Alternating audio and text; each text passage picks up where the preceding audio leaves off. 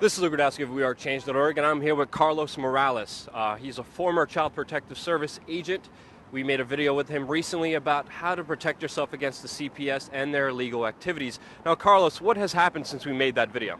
Well, I'm very glad I was able to be on your channel because since then about 400 families have reached out to me just through email by going through my website, truthovercomfort.net, and I've been able to help out about 100 different families who are having court issues or just helping out people before the CPS investigation even starts. Yeah. You know, as I brought up, there's a lot of things that you need to realize about Child Protective Services and the incentives they have to remove children. And because of that, you need to be well aware of the law. You need to be well aware that these people are not out there to protect you. They're out there to harm and destroy your family. Yeah. A lot of people don't understand that. People in Child Protective Services get paid for every child that they take. Now, Carlos, what has been one of the incidents that recently people reached out to you with that sticks out with you the most? You know, there's this really terrible case.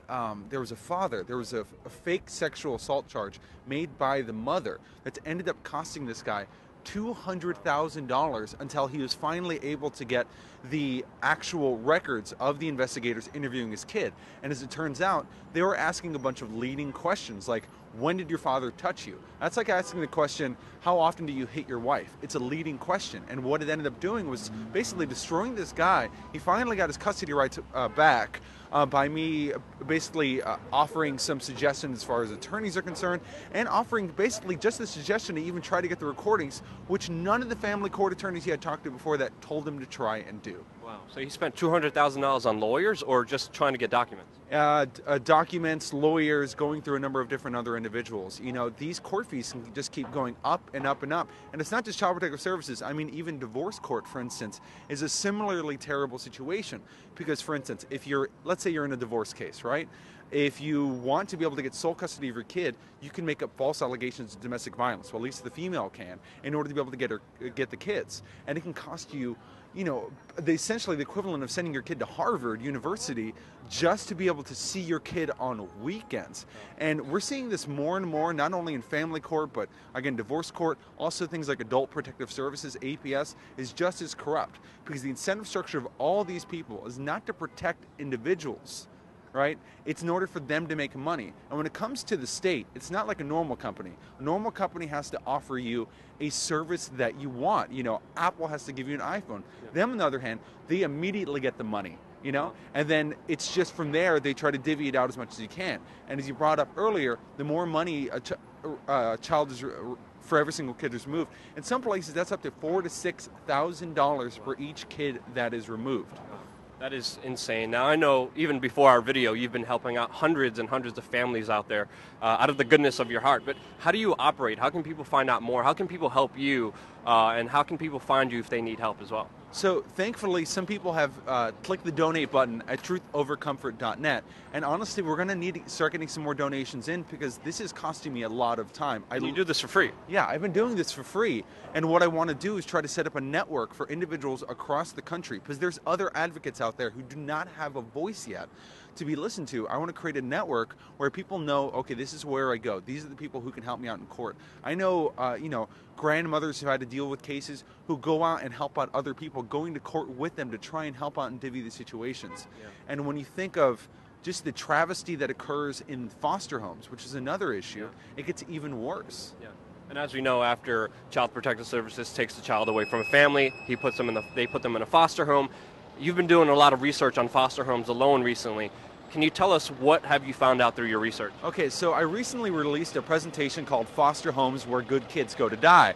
And the first reaction from most people is, well, that's just startling. That's a terrible report. But you know, 20 years ago, no one would have ever said, we started the war because we wanted to make money.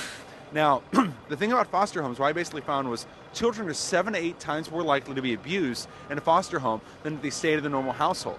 Kids are 6 times more likely to die than if they stayed in an abusive household. They are 20% more likely to be homeless than similar situations where kids are impoverished and are being abused in their own houses. And here's the really sick part. They're 3 times more likely to be put on heavy psychotropic drugs.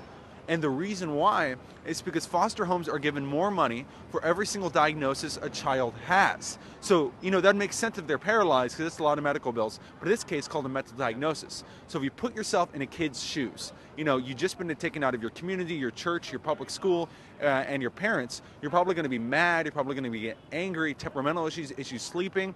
So according to a state health doctor, you have ADHD, ODD, bipolar disorder, insomnia, schizophrenia, and they have a whole host of psychotropic drugs to stick a kid on. I knew kids who were 7 years old on more than 7 psychotropic drugs who would have just been considered fine in any other situation, but because they're being stuck through this ruthless, terrible system, they end up getting screwed over. And that's the real hell of it, is that I'm not against Child Protective Services because I want children to be abused, or I think children should be spanked, or that I don't believe abuse is occurring. Abuse is occurring all over the United States with kids.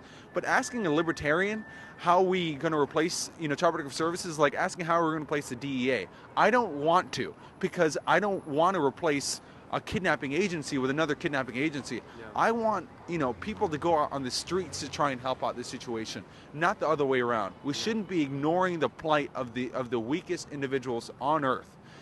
Just because we don't want to get involved. Yeah. So obviously this is a very difficult situation. It's a very turbulent situation where there's so many wrongdoings on kind of both sides. It's very hard to decipher where to go. But is there a solution to Child Protective Services?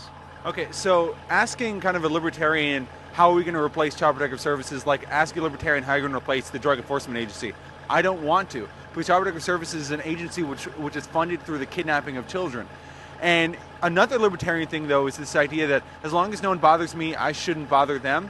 Well, when it comes to kids, it's different than that, The fact of the matter is that we have to step in as a community and honestly shame people who are going out of their way to hit children. In the same way that we shamed people for hitting their wives, 50 to 100 years ago, we have to be doing similarly. Because these children are even in the weaker situation, because a woman can leave. A kid cannot.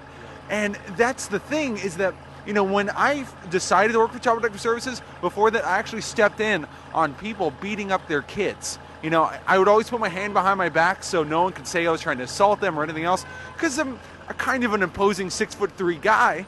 But for the most part, I was able to do some good by just doing that. And then I convinced myself that Child Protective Services would be the one agency that wasn't tantamount to evil, and again, I was wrong. So now I'm working with other libertarians to bring out the message that the only way we will ever have a peaceful society is through peaceful parenting, because we cannot teach our children the language of violence if we want to remedy the issue of violence. I know Stephen Molyneux is really big into that himself, but it's a very horrible situation because a little kid doesn't have many options, even when he has an abusive parent. He's going to be put in a foster home, and then those statistics that you went off before about foster homes are incredibly scary. And then also the way a child develops is how he's going to be as an adult, and that abusive kind of thing kind of always continues. So it's a very horrible situation. But just from your research from the foster homes, can you tell us how can people do their own research? How can we find out more about the foster homes and the Child Protective Services? Where is a good place to find everything out that you've been talking about?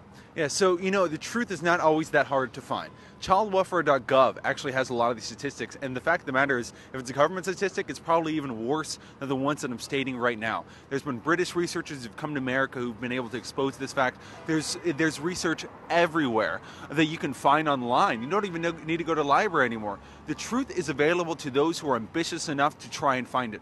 The fact of the matter is that too many people are comfortable while living a lie, and we have to accept truth over comfort every single time if we're ever going to be able to move as a society. Especially with kids and their future, and the future of the whole world is pretty much dependent on the youth. So Carlos, the website is going to be in the description, but thank you from the bottom of my heart for sticking out your neck and doing amazing work.